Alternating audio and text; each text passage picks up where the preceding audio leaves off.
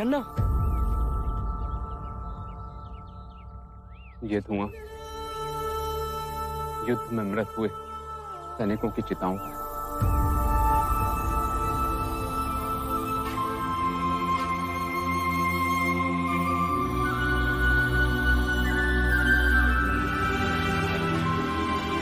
इस सैनिकों के शव में मनुष्यता जल रही है और हम सब जीवित मनुष्यों को लज्जित कर रही है।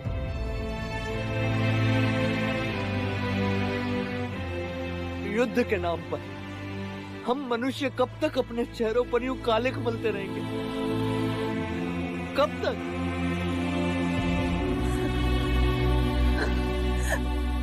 ये क्या सिद्धार्थ? यही तो मैं पूछ रहा हूं सबसे। ये क्या? एक राजा को अचानक एक दिन इच्छा होती है कि उसके नाम के आगे चक्रवर्ती लिखा जाए और वो अश्वमेध नामक यज्ञ करे, युद्ध करे, और उपलब्धि क्या? ये काला धुआं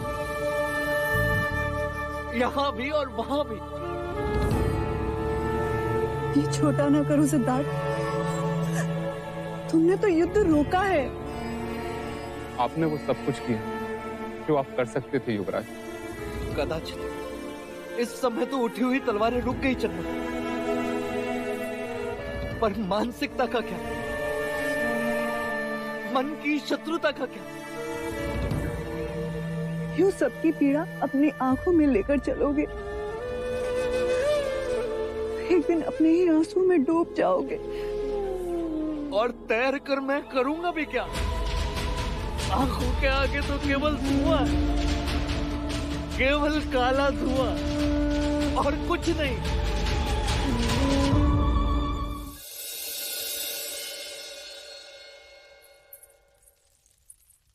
मुझे हमेशा इस बात का खेद रहेगा कि यशोधरा का विवाह देवता में ना कर सके। फिर वही बात अमिता दीदी, आप अपना जी छोटा ना करें। कपिलवस्तु भी तो आप ही का है, आपका मायका है। और फिर माँ के घर से ना गई बारात, मामा के घर से गई, तो क्या हुआ? और हम सब भी तो असहाय हैं। कुलगुरु वाचस्पति का आदेश जो है, यदि ये मुहूर्त टल गया तो फिर वर्षा ऋतु तक रुकना पड़ेगा। हाँ, और तब तक वर वधू कैसे रुकेंगे? प्रणाम। समस्त देवियों को इस वैश्य का प्रणाम। पधारिए। आपके समक्ष उपस्थित ये सभी वस्त्र एवं आभूषण अति उत्तम, अति मूल्यवान एवं दुर्लभ है। विराजिए। इन आभूषणों को देखिए। मूल्यवान रत्नों से सुसज्जित सिंघल के समुद्र से प्राप्त रत्न हैं। रत्नावली माला कहते हैं इसे। राजकुमारी यशोधरा के कंठ की शोभा बढ़ाएंगी या फिर घटाएगी। यदि देवदत्त की बहू के लिए गहने पसंद करने होते तो मैं इन गहनों को देखती हूँ।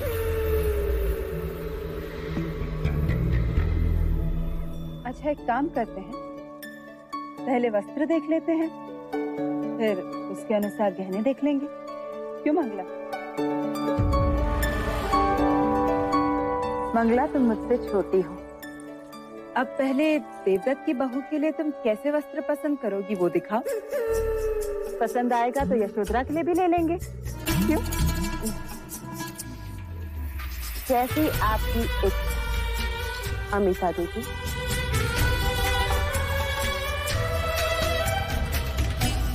क्या देख रहे हो? वस्त्र दिखाओ। अवश्य। इस वस्त्र को देखिए। ऐसी बुनाई आपको समस्त कपिल वस्तु में कहीं प्राप्त नहीं हुई। ऐसे बुनाई के वस्त्र हमारे यहाँ हमारी दासियां पहनती हैं।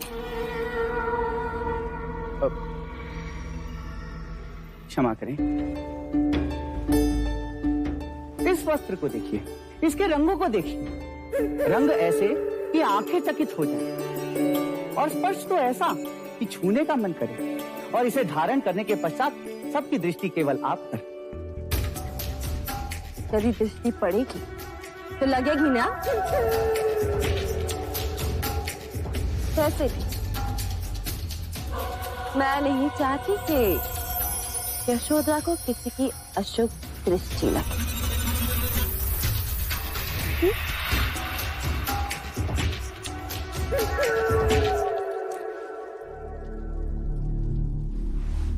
इस वस्त्र को देखिए, यह तो निश्चित रूप से आपको पसंद आएगा।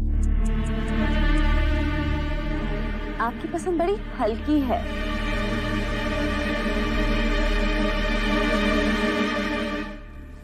इस वस्त्र को देखिए, योजनों दूर इसे मिस्र से मंगाया गया।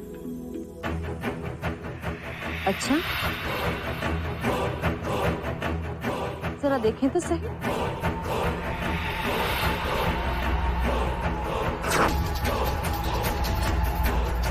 लो, हटते। आप हमारा अपमान कर रहे हैं। मुझे नहीं लगता आपके पास ऐसा कोई वस्त्र जो मंगला की बहू के योग्य हो। अमिता दीदी, पसंद कर लीजिए कुछ यशोधरा के लिए। यदि मेरा मैका होता तो आग लगा देती इन वस्त्रों को।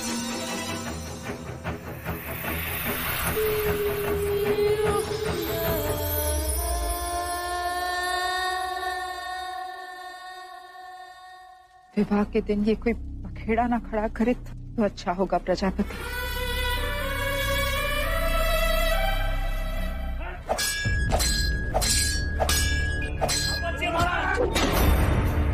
भाई महाराज,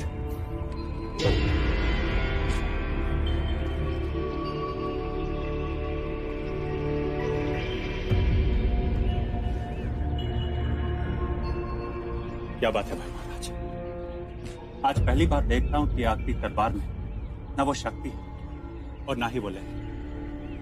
युद्ध में विजय होने के बाद भी आप चिंतित लग रहे हैं। आज पहली बार शाक्य सभा ने अपने राजा पर संदेह, अपने युवराज पर संदेह किया, तेरे निर्णय पर संदेह किया। भाई महाराज, भेड़ियों की भीड़ से शेर को क्या? गणतंत्र विचार विमर्श तो होगा ही। कृपया आप चिंतित ना हो। मुझे चिंता अपनी नहीं है अनुज, मुझे चिंता सिद्धार्थ की। यदि शाक्यों ने विवाह पर बहिष्कार किया तो? असंभव। वो एक बार आपका बहिष्कार कर सकते हैं, किंतु विवाह का बहिष्कार क्यों करेंगे? आप निश्चिंत रहिए और जाके विश्राम कीजिए महाराज।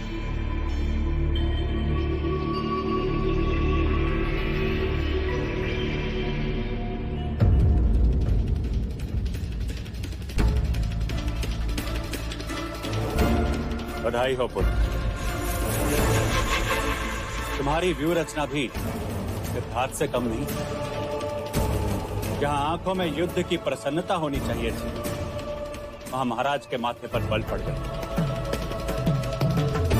अब तो प्रण लिया है पिताजी,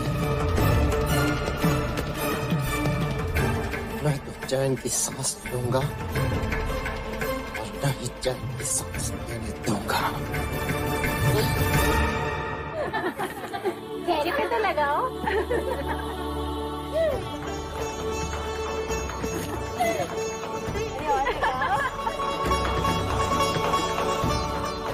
अमिता दीदी, कहीं इतनी भी हल्दी मत लगा देना कि सिद्धार्थ के आगे आपकी यशोधरा काली लगे। लगती है तो लगे, भतीजा है मेरा, किसी से कम थोड़ी ना है। क्यों सिद्धार्थ? इस समय तो मैं कपिल वस्तु के पक्ष की हूँ। देवता वाले भी तो देखें कि उनकी राजकुमारी का विवाह एक देवांश से हो रहा है। क्यों प्रजा? बिल्कुल। अरे नीरू, तू यहाँ खड़ी है, यशोधरा को मेहंदी नहीं लगानी? तू कब से तुझे पूछ रही? चल जल्दी। मेहंदी है शुभ सखी, मेहंदी है मंगल, मेहंदी है प्रथम सुहाग। क्यों रे? मुझे यहाँ अकेला छोड़कर क्या कर रही थी युवराज के कक्ष में? लो देखो तो, युवराज सिद्धार्थ को पल भर देख क्या लिया। राजकुमारी जी को तो ईर्ष्या होने लगी। नीरू की बच्ची, देखो तो, सच बात कितनी कड़वी लगती है। नीरू की बच्ची, ठहर तू। चलो सिद्धार्थ उठो, आओ ना, आओ। अब देखते हैं कि गोपा तुम में किसका पलड़ा भारी है। आ जाओ, आओ सभी घेरा बनाओ।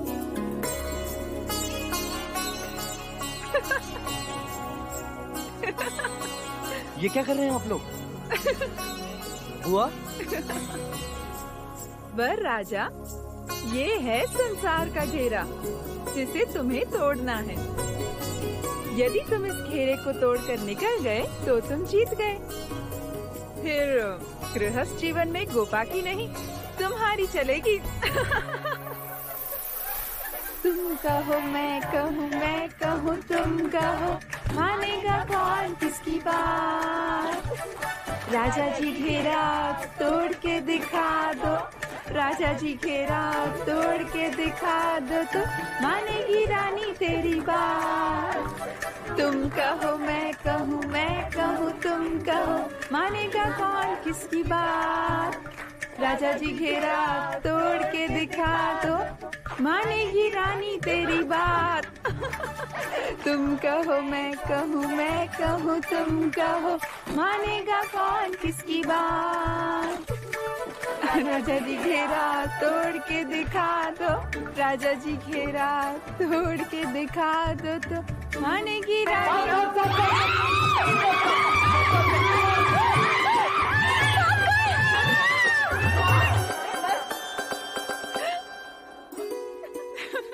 सिद्धार्थ, मेहंदी का रंग साथ जन्मों ना उतरे, ऐसे हमें मेहंदी के भाव। तेरे विवाह के पश्चात सब कुछ कितना बदल जाएगा ना? क्या बदल जाएगा? तेरे विवाह के बाद हम सब युवराज को सिद्धार्थ कह सकेंगे, और तुझे तो उन्हें देव, आर्य, महाराज। अजी सुनते हो? ओ जी सुनते हो? ये सब कहकर पुकारना होगा। चलो ठिठोली नहीं, गंभीरता से एक बात कहूँ यशोधरा। जब से तेरे सिद्धार्थ को देखा है, सोच रही हूँ तेरी सौत बन जाऊं। एक बार मेहंदी लग जाए फिर देखती हूँ तुझे तुम्हें।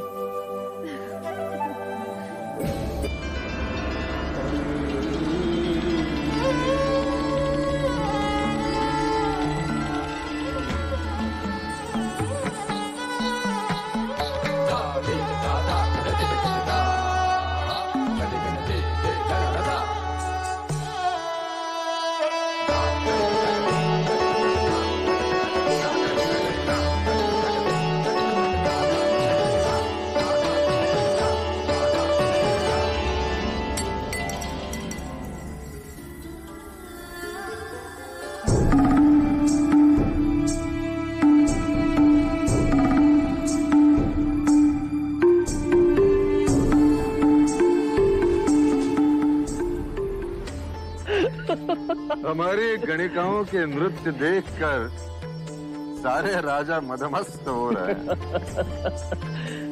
जब आम्रपाली आएगी तो क्या होगा इनका? आम्रपाली? वैशाली की नगर वधू? हाँ महाराज दंडपानी, वैशाली के लिच्छवी नरेश स्वयं आ रहे हैं आम्रपाली को साथ लेकर। युवराज सिद्धार्थ के विवाह में भारतवर्ष की सर्वश्रेष्ठ सुंदरी नृत्य करेगी। वाह महाराज वाह! अर्थात साक्षात रति घुंघरू पहन कर आएगी और समस्त राजा घुंघरुओं की तरह बजने लगेंगे। आप तो केवल नाम सुनकर वाह कर रहे हैं। आम्रपाली, आम्रपाली। मगध नरेश बिंबिसार और उनके पुत्र अजातशत्रु भी अपनी उपस्थिति से विवाह का गौरव बढ़ाएंगे। कपिलवस्तु की चारों दिशाओं में विवाह का निमंत्रण मैंने भेज दिया। सत्य कह रहे हैं आप महाराज। सभी पड़ोसी राज्यों में केवल कौशल नरेश ही रह गए।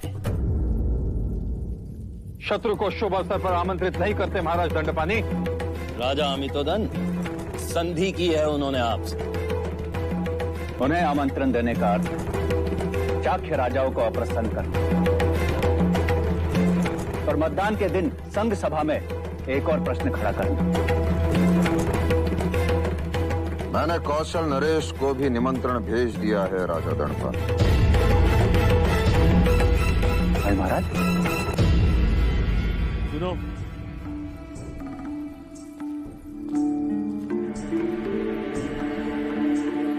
कुमार देवदत्त तक हमारा एक संदेशा पहुंचा दे। कहना उनके आदेश पर कार्निक आ पहुंचा। छत्र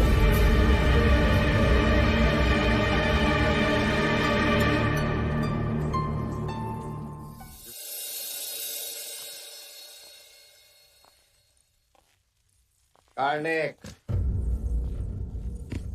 आदेश मिलते उपस्थित हो कुमार। क्या कर सकते हो तुम मेरे लिए? कुछ नहीं।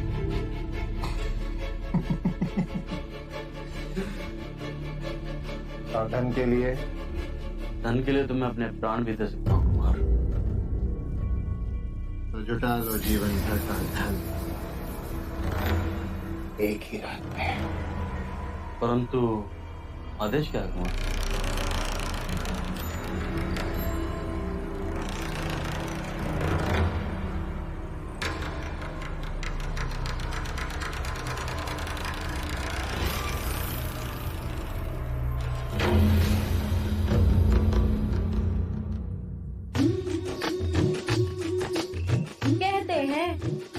और नींबू का पानी लगाने से मेहंदी का रंग गहरा होता है। और जितना गहरा मेहंदी का रंग, उतना ही गहरा पति का प्यार भी। और यदि मेहंदी का रंग गहरा ना आए तो क्या मुझ जैसी साथ मिलेगी? और क्या? नीरू, मेहंदी तूने बनाई है, रंग गहरा नहीं आया ना, फिर देखना तू। रंग तो तेरे चेहरे पर चढ़ा है गोपाल, और जो सारी दुनिया से प्रेम करता है वो तुमसे कैसे नहीं करेगा? बहुत स्नेह करते हैं, इसलिए तो हम सब से तुझे दूर ले जा रहे हैं।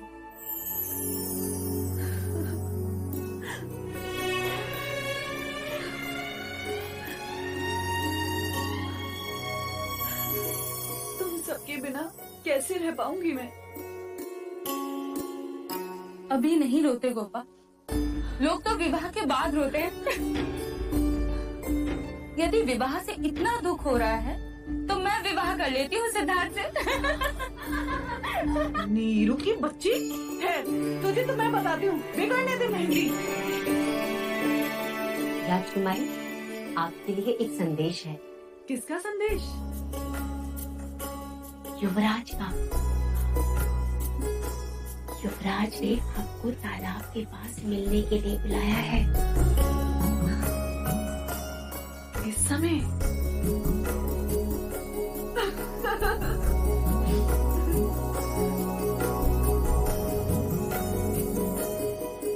तुम्हें 12 की आवश्यकता है अनिरुद्ध। दो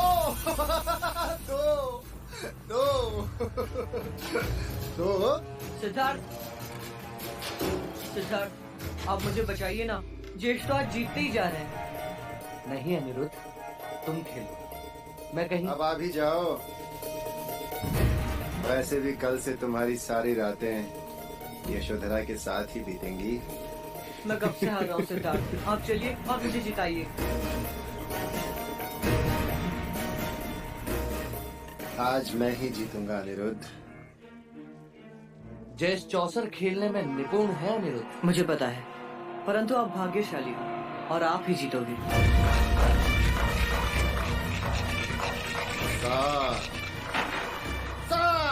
7 1 2 3 4 5 6 7।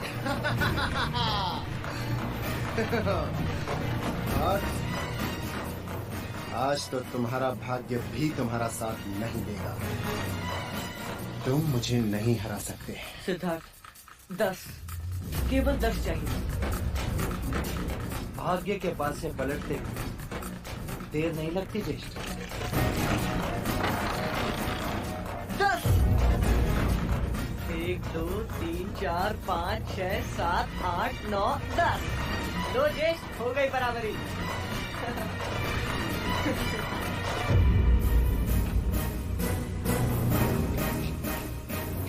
चौसर का खेल तुम भले ही मुझसे जीत लो, परंतु यशोधरा को तो मैं ही जीतूंगा।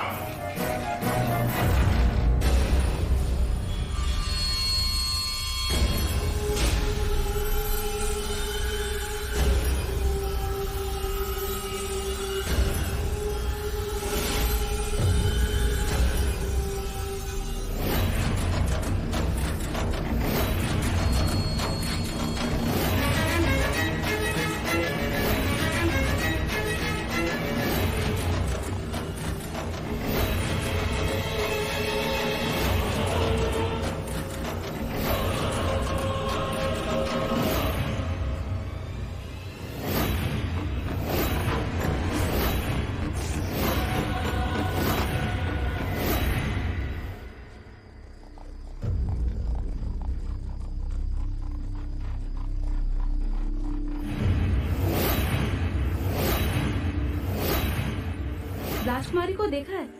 राजकुमारी अपने कक्ष में भी नहीं।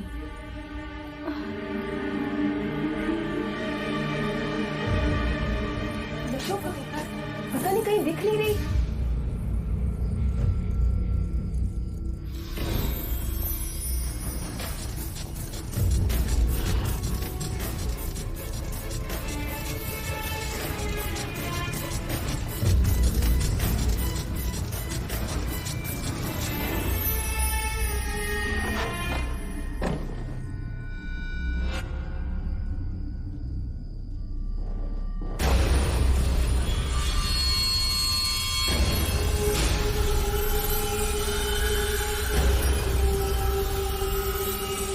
विनती की,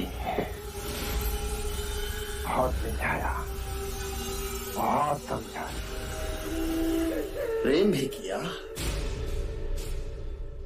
पर तुम नहीं मानी।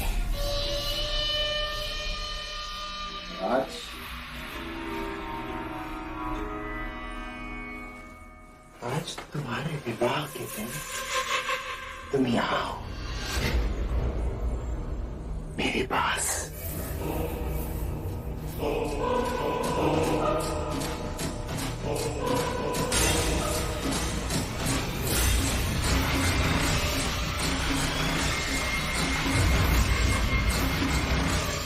सत्य कथा, पुरुषार्थ कथा, सुनो सुनो